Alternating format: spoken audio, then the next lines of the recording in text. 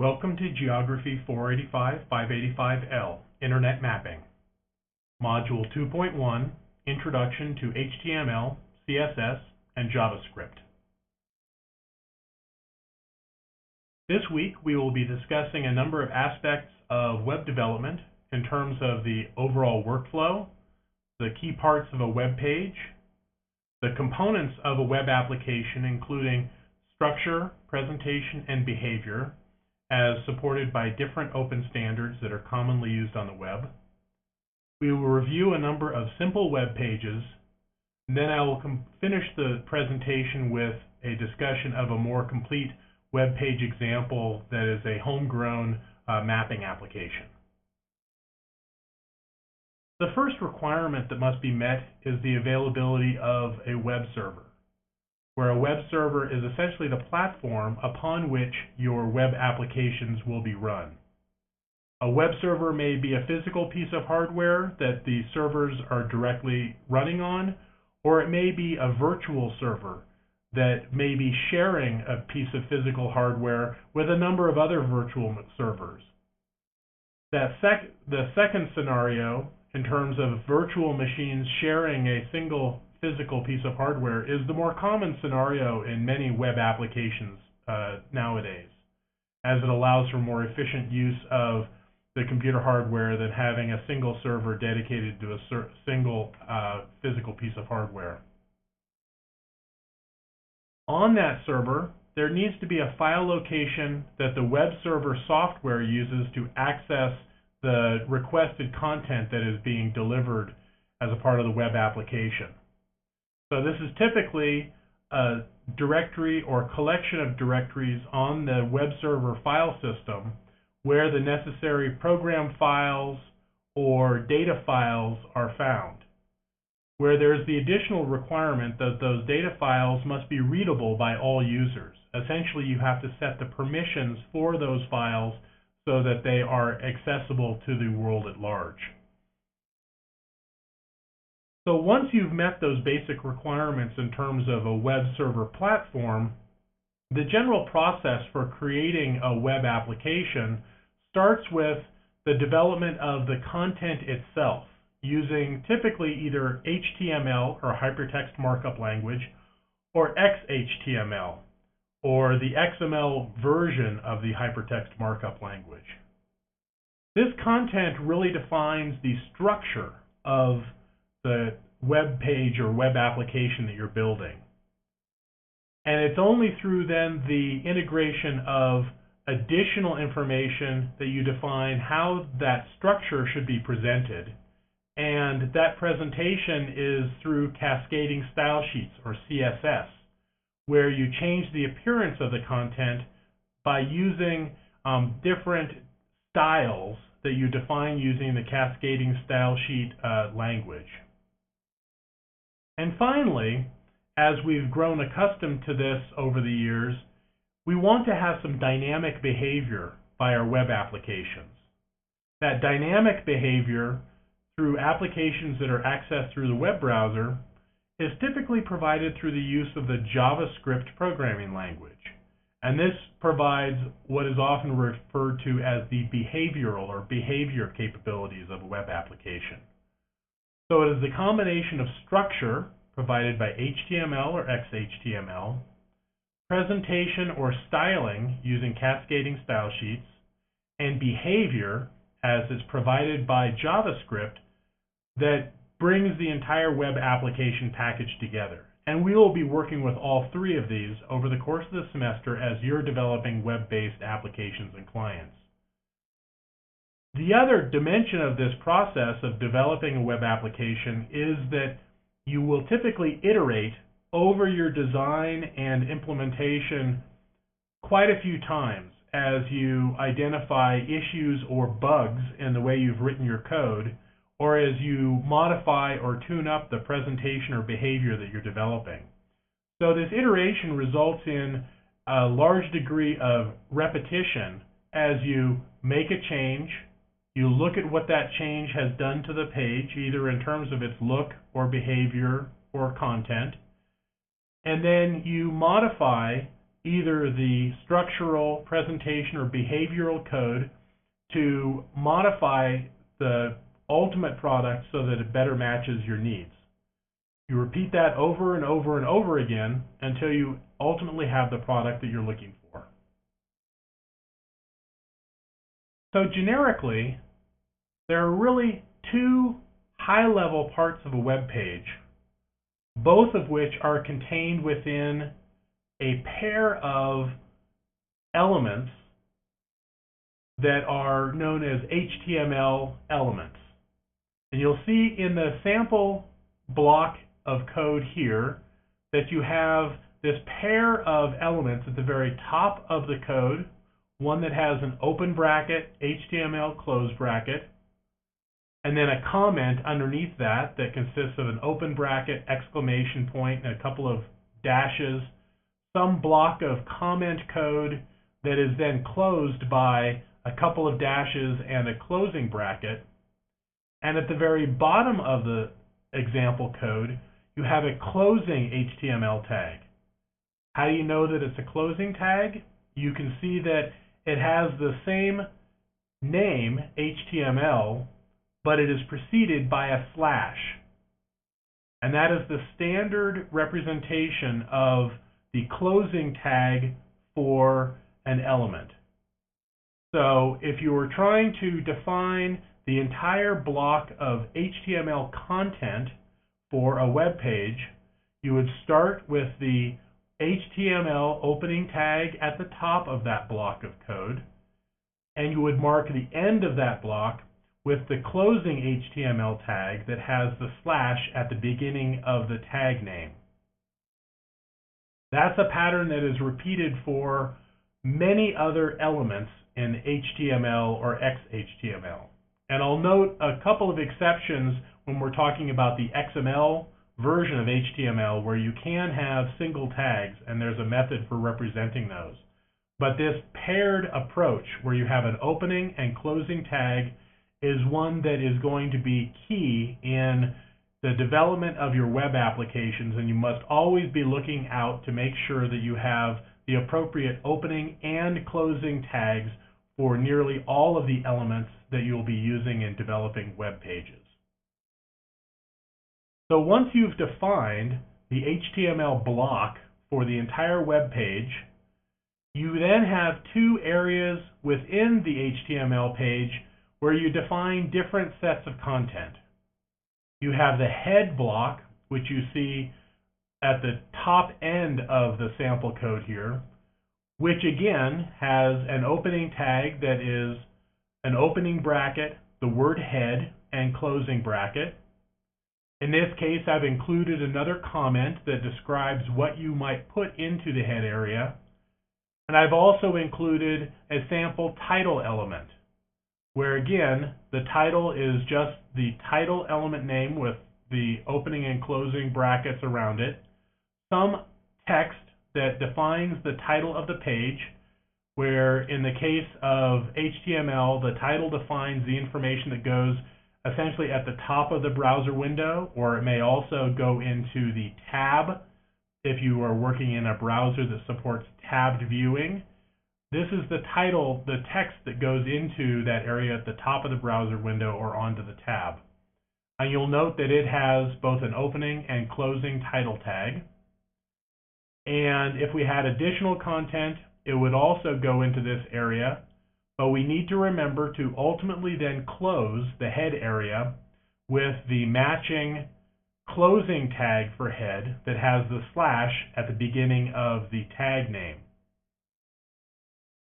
The second area, that is the primary content area for your web page, is the body, which has, again, a pair of elements, the body tag that starts it, and then the slash body tag that ends the body area.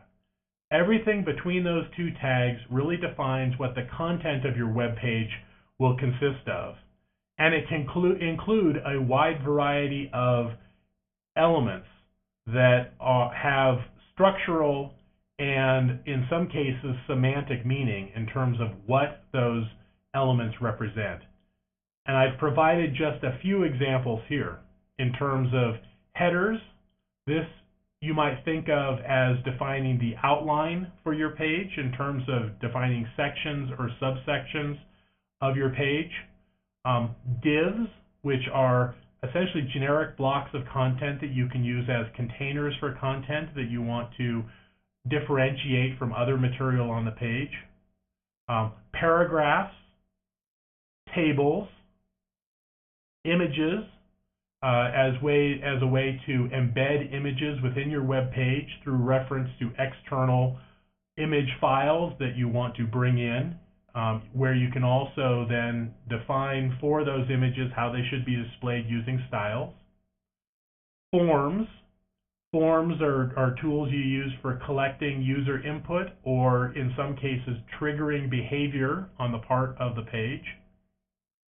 Unordered lists, you could think of unordered lists as bullet lists or ordered lists. Ordered lists are typically numbered or lettered in some way. So you could think of a numbered list 1 through N or A, B, C, D, where again you can use styling to define how those lists are presented to the user. These are just some samples of the many different elements that you can include in an HTML or XHTML web page. So let's talk a little bit more about the components of a website, and in particularly talking about the structural components. So I already mentioned some sample HTML and XHTML tags, where paragraphs, which are the basic building blocks of text that you put within your page, are contained within the P and /P tags, again the opening and closing tags. And the key thing to remember is to start each paragraph with a P and then end each paragraph with a /P tag. While some browsers will allow you to use only a single opening tag for proper structure for your page, it's really essential to use that paired tag. Another key tag or set of tags that you will be using in developing your web page consist of headings.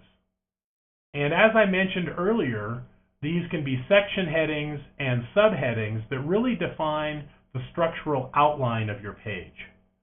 And that is a key characteristic that you want to keep in mind, because while heading elements have typically formats associated with them, what you should really be doing with heading elements is using them where you want to define the structure and outline of your page, not to just bring in the styles that are associated with those blocks of text. The reason for that is that increasingly the outline structure of the page defined by headings can be used by a variety of applications, whether it's for accessibility or for interpretation of web page content, to be able to present the content in a variety of different ways. Another key thing to remember is that the content that you present and the structural model you provide and even the styles that you define are really only recommendations to the clients that are accessing your content. And you really need to think about the elements that you're using in terms of defining content structure, not how it will be presented. So if you're defining the outline of your site, use headings. If you're defining blocks of text, use paragraphs. If you're defining tabular data, you can use table tags. Historically, and this is going back to the mid to late 90s, it was common for web developers to use tables to actually modify the layout of a web page. So if they wanted to achieve side-by-side content, they might use a 2-column table. That is not, based on current standards, highly discouraged, because table elements and their content are really designed and should be used only for tabular content. There are other tools, cascading style sheets in particular, for being able to achieve those sort of layout functions that web developers previously used tables for. So you should only use a table when you really are presenting tabular data. Again, allowing then the client applications to understand the type of content that is being presented and to render it in a way that is useful for their particular application. Similarly, lists are another commonly used component or element within web design. And I already mentioned both ordered lists that are defined by the OL element and their matching closing /OL element, or unordered lists that are UL and /UL tags. And the key there is, again, that the ordered lists are numbered in some sort of way, or they're ordered, where there is some sort of labeling scheme attached to each of the elements of the list that is in some way sequential. So it might be numeric, it might be alphabetical, but there is an inherent ordering to the list represented by the labeling of those elements. A non-ordered or unordered list represented by the UL element is really just for collections of items that are going to be listed in some sort of collection. And as a result, you might then just have generic bullets or other images that might help to define the beginning of each of those unordered list elements, or you may have no symbol at all associated with them. In some cases, unordered lists in particular are also used to help in defining lists of navigation elements. Though in HTML5 there are some additional elements that are probably better defined for defining navigation areas, but you will find if you look at the source code for some websites that they are using unordered lists that are styled in particular ways to provide navigation within a web page. Form elements provide the basic tools for being able to present content to users and also provide an opportunity for users to provide content. So forms allow you to define content areas where you can ask users to make choices or enter information. And they also have a model where the users, once they provide that information, can submit it for processing by the web server.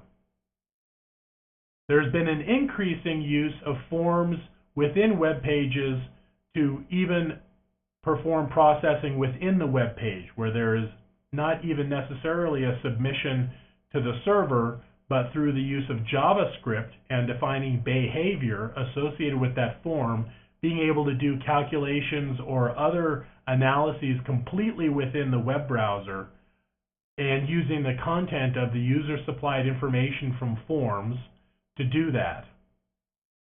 So forms are defined again with a starting form tag and then an ending /form tag element.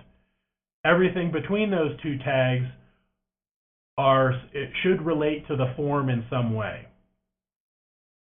Finally, another very commonly used element in HTML is the div tag, where divs really allow you to define any sort of generic block of content that you want to be able to identify, name, or work with.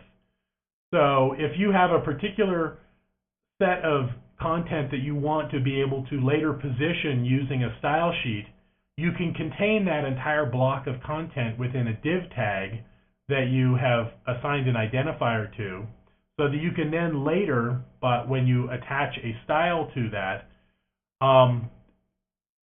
make that div do particular things in terms of appearing in a particular area of the page or behaving in particular ways as users interact with it.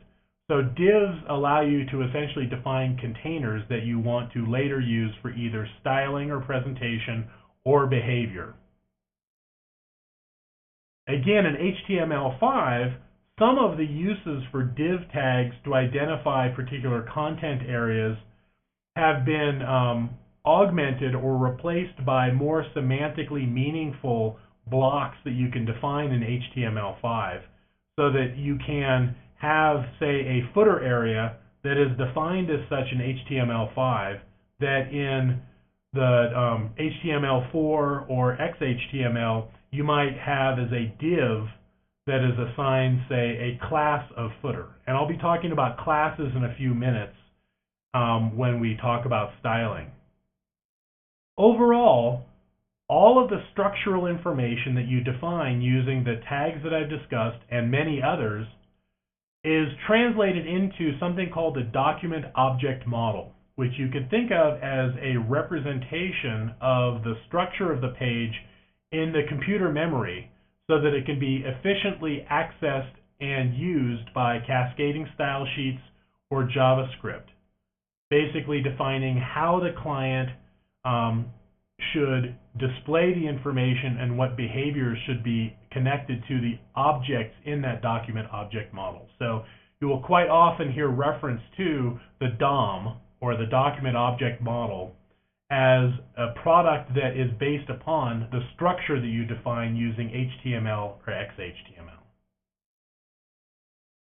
So after that brief overview of structure, let's move on to the presentation components of a web application or website. So with the emphasis in HTML and XHTML on defining essentially the structure and content of a page, we then move on to the use of cascading style sheets, or CSS, to refine how that content should be presented. Keeping in mind that most clients have default methods for displaying the various elements that we've discussed in the structure. And if those default display methods are sufficient for your needs, you may not need to define any cascading style sheets or styles for your page. The more likely scenario, though, is that you would like to exercise some control in terms of the layout of the page, or how the content should be presented or displayed to the user. And the way you do that is through the definition of styles using CSS. So styles can be defined in a couple of different ways. There's the preferred method of defining an external file, building an external file that contains all of your styles, and then referencing that within the head block, that area at the top of the page that is bounded by those opening and closing head tags, where the style is actually stored outside of the web page itself. This is definitely the preferred approach for developing any significant web sites or applications, because you can actually reuse those styles in multiple web pages, and any changes that you make to that style that is stored in the external file can be automatically applied to any pages that are using that style. This would be in contrast to an alternative approach where you can define the styles directly in the head area of the web page. So in that context, what you would be doing is actually putting a block of style definitions in the web page itself, instead of referring to an external file. While that may be useful for doing some initial development and testing of particular styles, it's generally not, as I note here, a good thing to be in the habit of doing that. It is much better to start out by developing your style sheet as an external file and updating that as you refine your styles. It's going to make the long-term management of your site a lot easier, and it'll actually allow you much greater consistency within your website if you're able to reuse the styles across the individual pages that you develop. So when you are defining a style, you can do a couple of things again. You can actually embed a style within an element.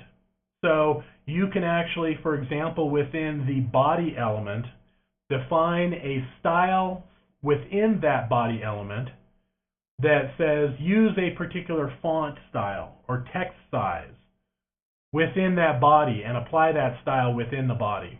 That is, again, not at all a recommended practice. And instead, the better approach is to define as a part of your style sheet, this external file, a style definition that consists of two high-level components. The first is a selector, where the selector defines what element or elements a style should be applied to. And second, the definition of the style, which is in the format of a set of curly brackets that contain one or more styles that are separated from each other by semicolons. So the example provided here has a selector of H1. So in this case, this selector will link the style that we're going to define to all H1 elements, or those level 1 headers. So you could think of the outline of your page as including a number of H1 elements.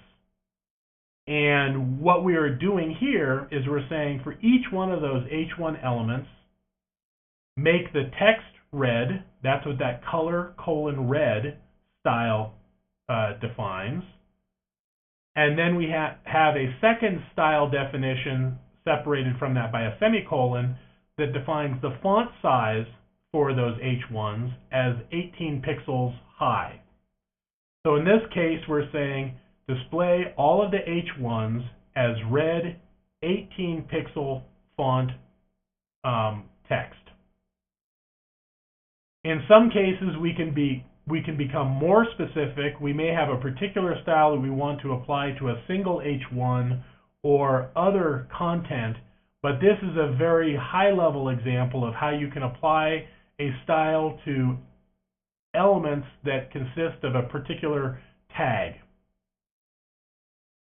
So let's talk a little bit more about selectors, because selectors actually can be used and based on a number of criteria, where you can actually use the element name, as we saw in the example that I just discussed, where you might have H1 for level 1 headings, or paragraphs if you want to apply a particular style to all the paragraphs in your page. You can apply a style to all tables and the contents of tables, unordered lists, or the UL tags. You can use those element selectors to define styles for those elements.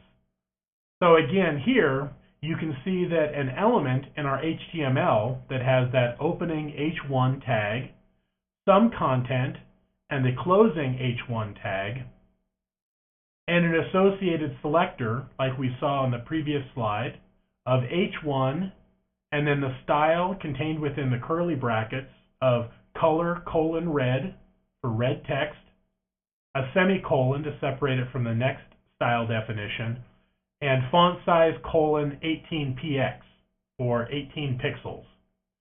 So like the previous example, that element, that H1 that contains text, would then be displayed in the client application as red 18 pixel text.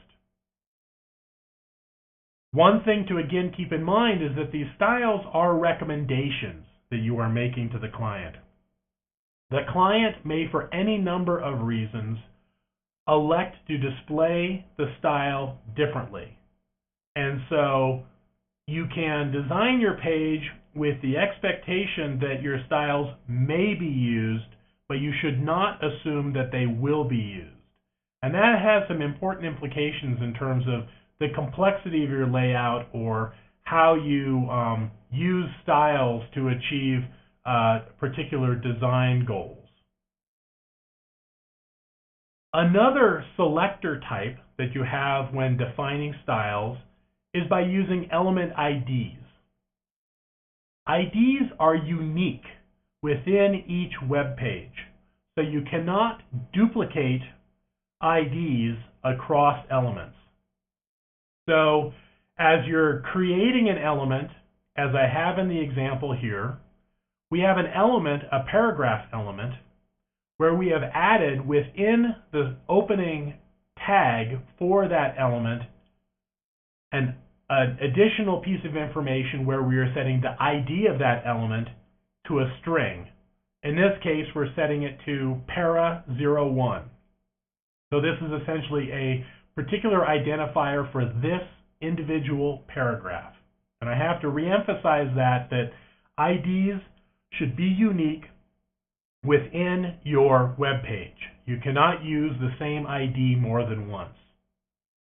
What this does is it basically creates a unique identifier for this element and its content.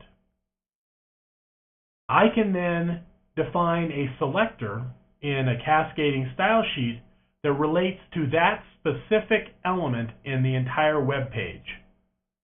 And the way to define a selector that is based on an element ID is to use that hash symbol, or sometimes you could think of it as a number symbol, and then the ID.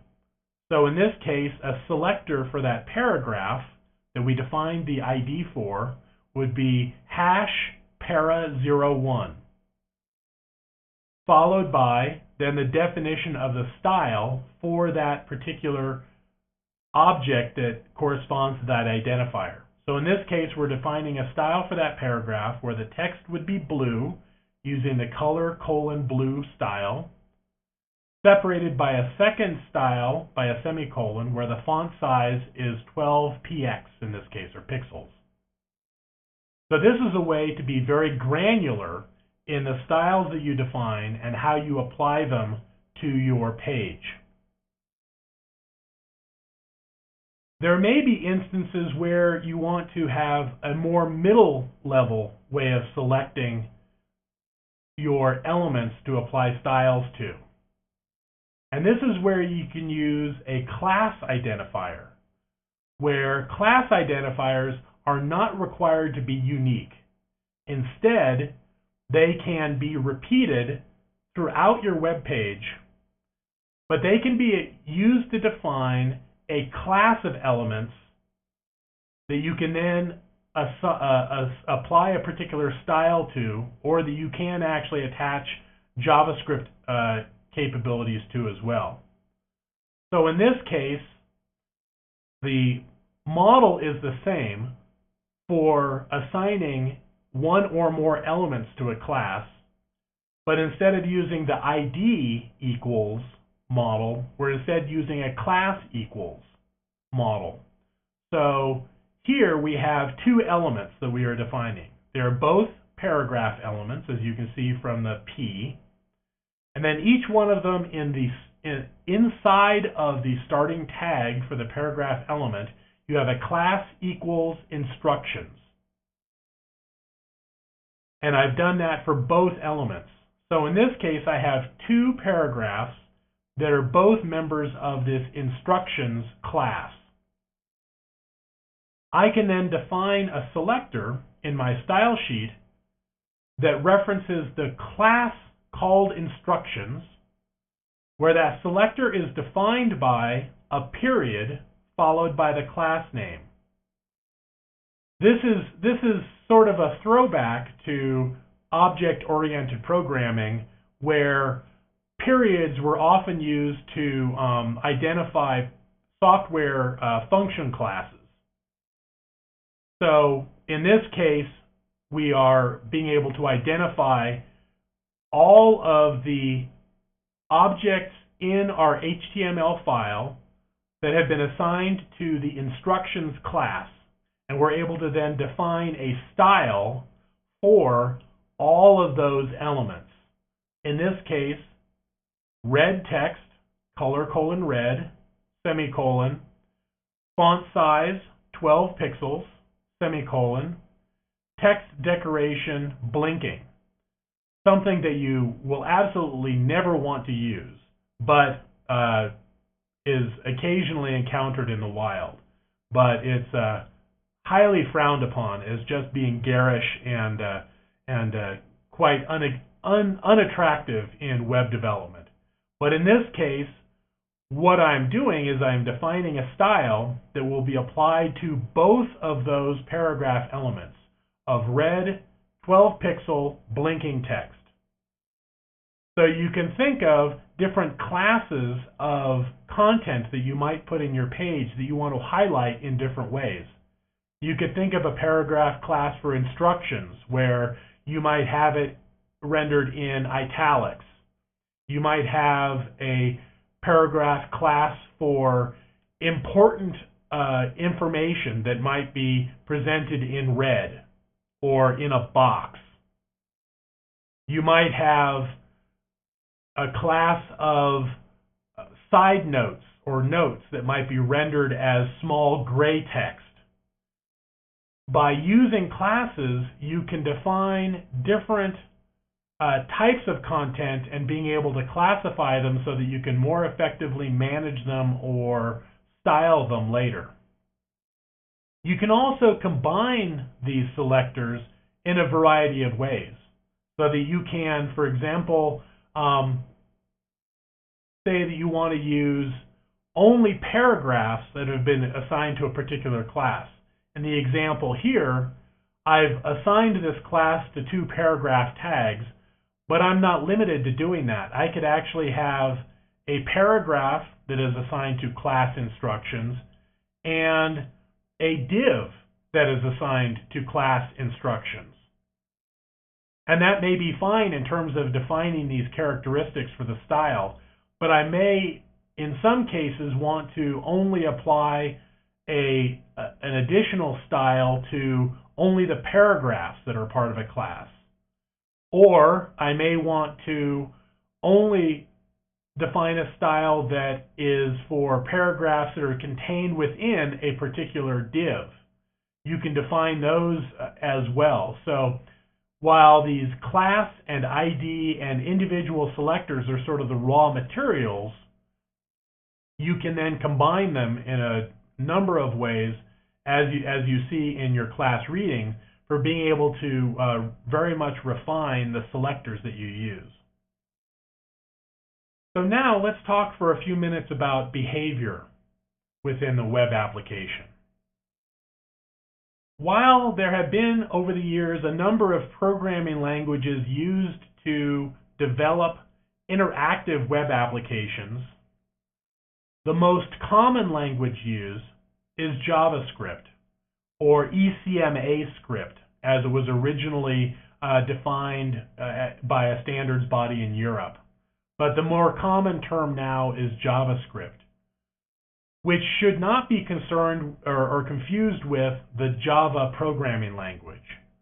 In the early days of the development of programming languages for use within web applications, Java was gaining popularity as a programming language in general, and there was a poor choice made to try to leverage that popularity of the Java programming language by naming this other programming language JavaScript, where the two are separate and distinct from each other.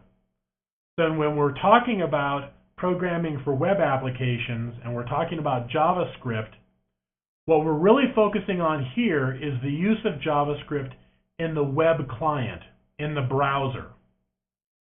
There are uses of JavaScript on web servers, or essentially for processing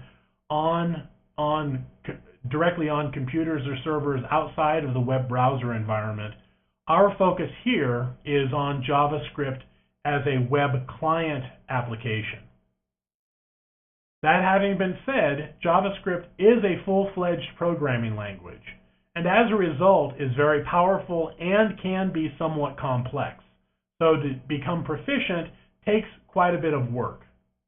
And just as with other languages, if you have experience in other programming languages that can help in speeding the learning process for JavaScript.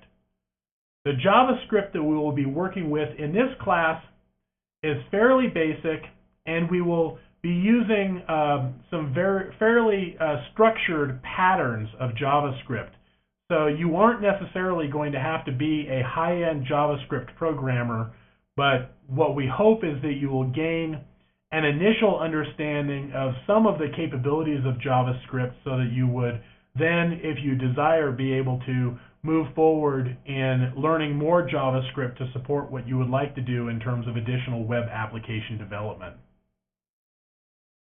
So in the context of the web application programming that we're doing here, the JavaScript that we will be writing defines actions that can be taken on or by document object model DOM elements. So you can attach JavaScript to elements in the document object model to trigger activities. So you could think of clicking on a particular image in a page and having that act as a button to have the page perform a calculation, for example, or to pan a map. But then also JavaScript can be used to modify the state or behavior of elements. So you can make objects within the document object model appear or disappear also using JavaScript. And this is again where some of those selectors that we were talking about can be used, where the identifiers, the IDs that you create for your objects can be used in JavaScript to define what objects JavaScript code should be attached to or should act upon. So, as I've said, JavaScript can modify existing DOM elements or create new elements after a page has finished loading, and can also even retrieve new content after a page loads. This is a very popular and common approach in web application development now, where it's something called the AJAX model.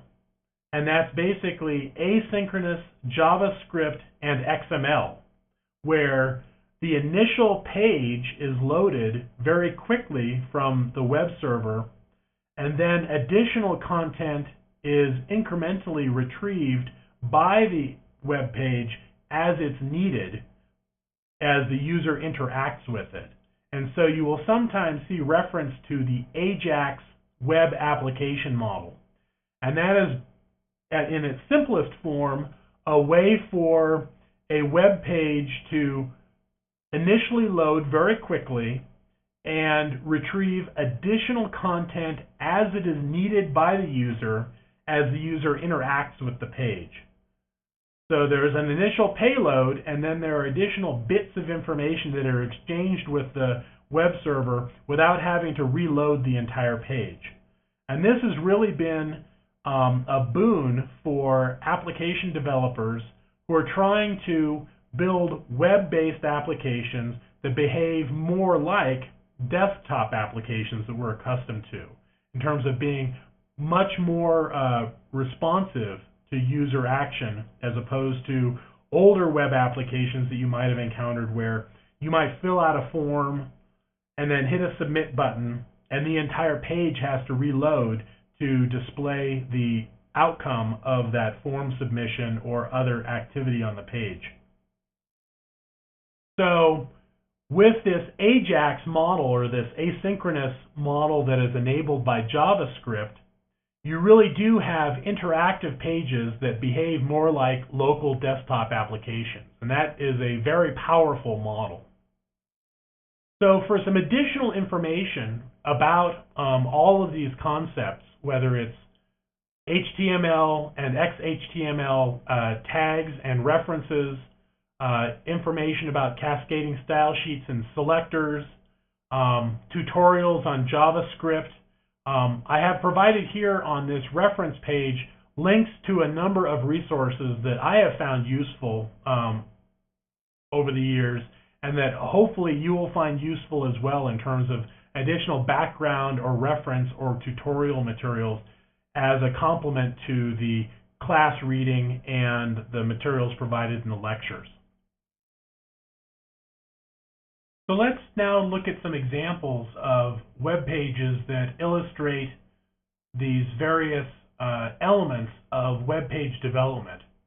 Starting first with the most simple of web pages that we can look at here, where on the top of the screen we can see the entire HTML content associated with the web page that we see at the bottom of the slide.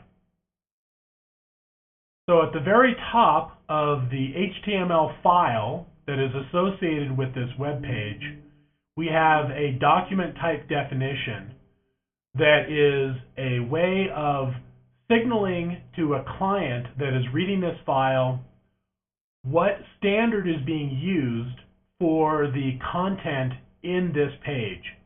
In this case, we see that this is an HTML document, and that in this case we are using the XHTML strict document type definition of XHTML. So this is a way of telling your web browser, for example, that this page is written in XHTML and it is using the strict document type definition, which is a part of the XML specification, which we'll talk about XML in another couple of weeks as we talk about some open standards.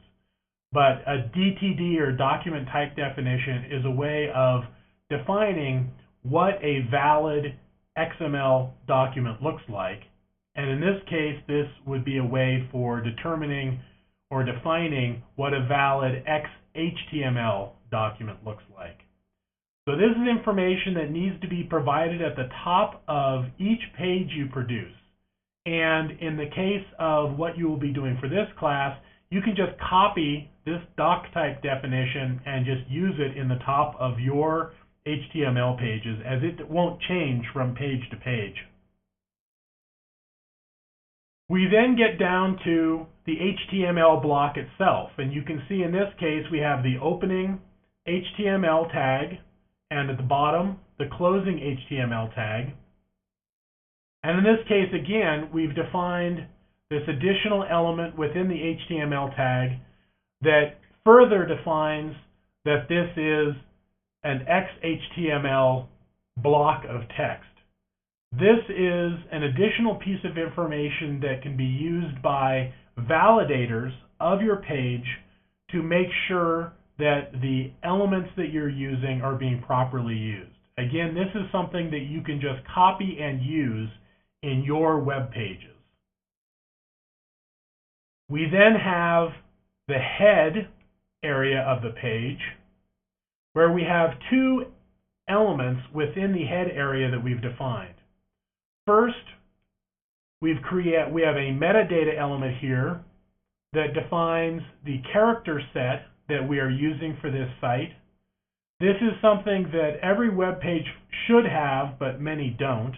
And if you run this web page through a validator and you do not have this content type metadata, then that will generate an error in a validation of the page. This is another element that you can just include in your web page that defines the particular character encoding that you're going to be using on that page. If you want to get additional information, you can do a Google search for the content type HTML meta tag and find out what other character sets you might be able to use. But this is the most commonly used one for web pages that are at least written in Western English. And then we have also defined a title element. This is, as I described earlier, the title of the page as it would be described on a tab in the web browser or in the window, the top of window of the web browser. We then have the body of the page that really defines the begin and end of the content of the page. And you can see here that I have three elements within this. I have a level 1 header, the H1, that you can see appears as this text that is presented in a particular way. This is the default rendering for an H1 header for this particular browser. And then I've included two paragraph elements, both of which are also, in this case, being rendered or displayed in the default way by this particular browser, since I haven't suggested any other methods for displaying this information.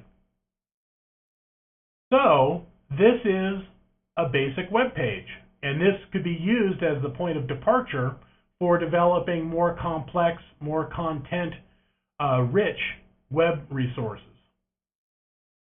But say we are not satisfied with the look of this particular page. We can add some styles to this page.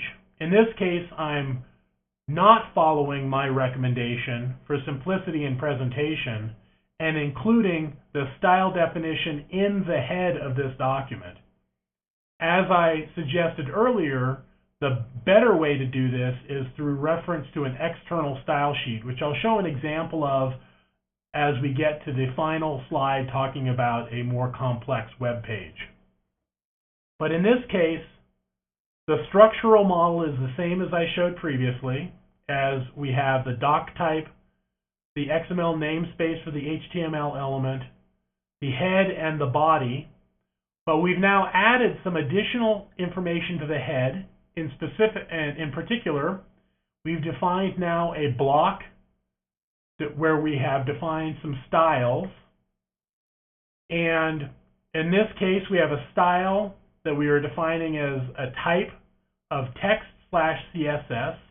This is essentially telling the client application the type of representation of style that we're using. And then we have three styles that are defined here.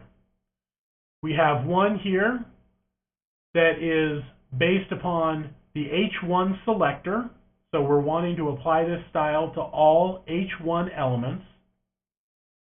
And we're wanting to display it with blue text and a large font. As you may have noticed, if you looked at some of the reference material for different options for styling, there are a variety of ways to specify both colors and font sizes. And in this case, I'm using named colors and font sizes as opposed to other alternative representations for those.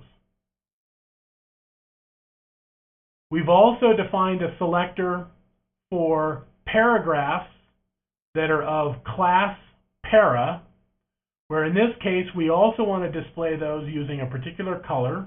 This is using a different method of defining a color based on what are called hexadecimal numbers, and there are a number of references on the web, one of which is accessible through the previous links that I provided.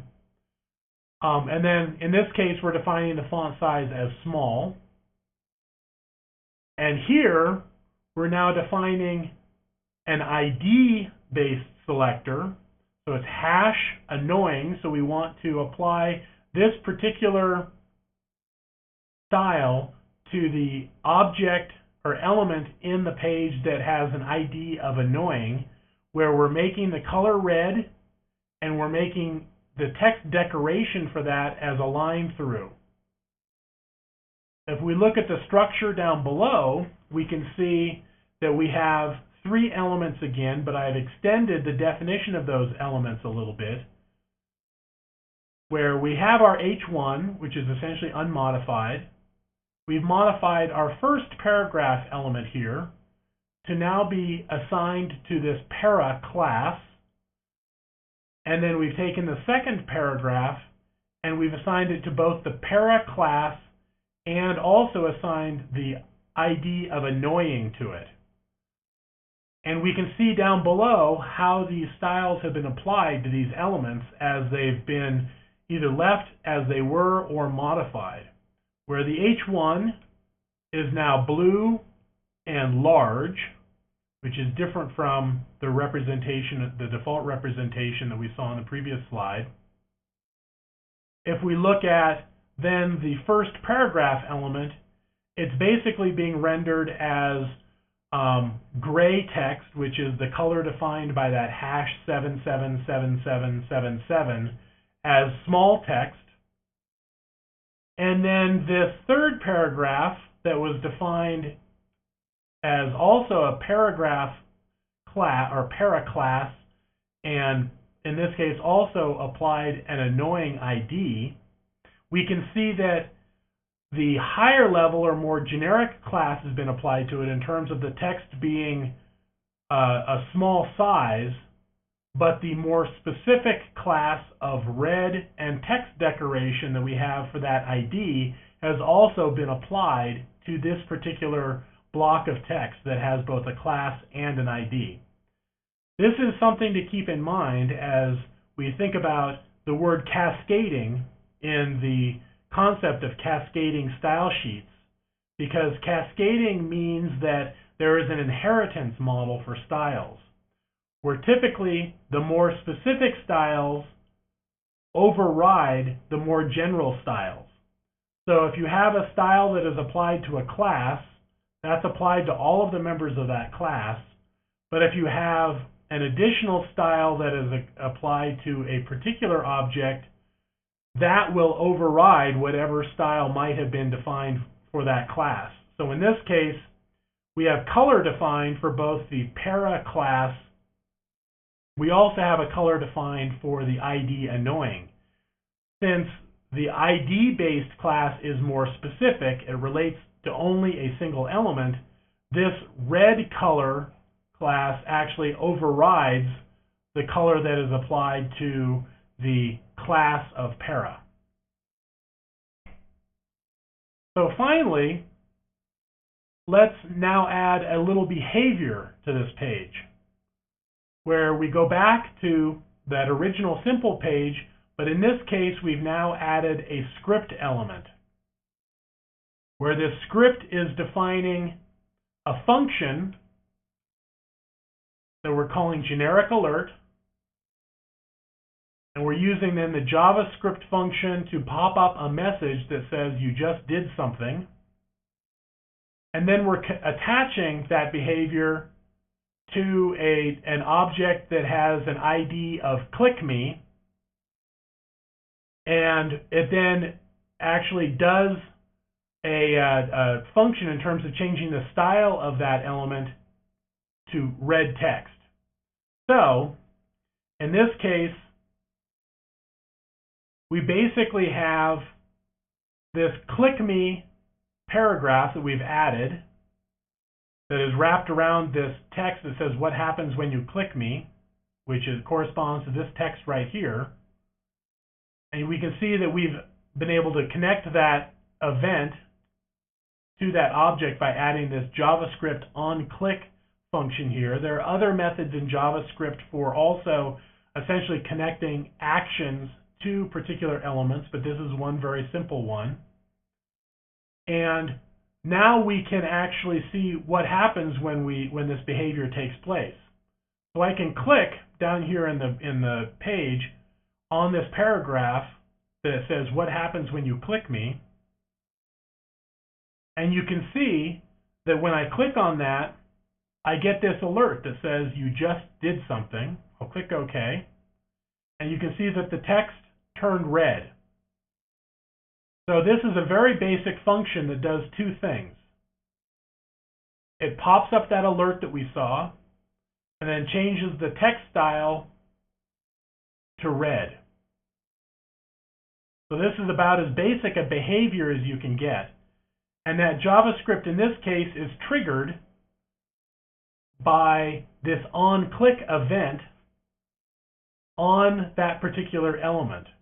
We could have just as easily connected this onClick event to the body for the entire page, and so if you clicked anywhere in the page, that event would have been triggered and that function would have been executed. But in this case, it was just connected to this simple paragraph. So this is just a very basic example of how you can add a script to a page to enable a particular behavior of that page. In the long run, just as with style sheets, it's better to manage your styles externally. It's also a good idea to manage your scripts externally. And we'll see an example of that in the next page. So let's finish with this more complete web page example here, where this is a custom mapping application that I wrote several years ago as an example of how you can bring multiple standards-based web services together into a single mapping client, where in this case, this client includes 108 lines of HTML and 163 lines of defined styles. Then it also uses 3 JavaScript files, one that I wrote of 71 lines called addEvent.js. It includes the prototype JavaScript library, which is actually an open source JavaScript library that provides a large amount of functionality that you can bring into your web clients.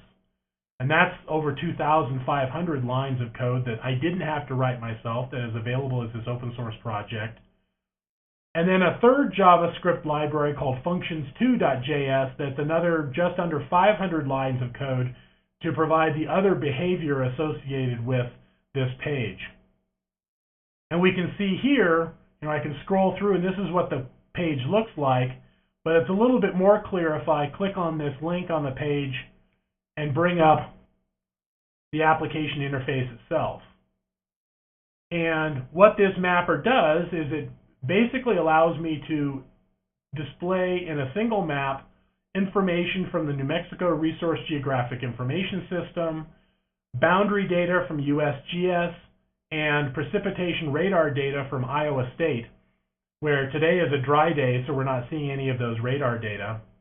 And you can do simple things like zoom in on the map and pan around, where all of these behaviors are defined in the JavaScript.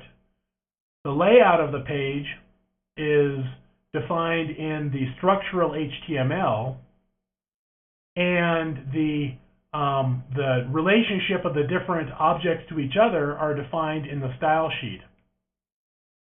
So if you're ever wanting to look sort of behind the curtain in any application that you're looking at on the web, there's an incredibly valuable capability called View Source, where if we, in this case, if I right-click on the page, I can say View Page Source.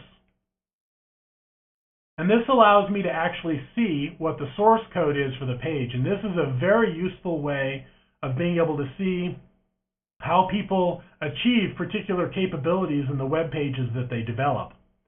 So you can see the entire web page consists of 108 lines of HTML, where I have also now included a reference to an external style sheet. This is an external style sheet that I've defined that I'm including by reference here. And then also reference to 3 JavaScript libraries. So and you can see that I have highlighted here those 3 JavaScript files that I referenced earlier. And this is a way in the head area of your page to link to external JavaScript code, or as I showed earlier, styles. In this case, I also have a short block of JavaScript inside the client that allows me to do specific configuration for this particular client. And then the body of this page basically begins here and defines the different containers where messages or maps or other content will be displayed. And that's it. So as we move forward in developing our applications, I recommend that as you find web pages or websites that you're interested in, you look at the view source to see how the developers of those sites have enabled the capabilities that you're looking at. But this is an example of a more complete mapping application that brings together the capabilities that I've been describing as a part of this lecture. So with that, we are done with this week's module, and I encourage you to experiment with some of these technologies as you work through the lab assignment. And if you have any questions, please don't hesitate to get in touch with me. Thanks.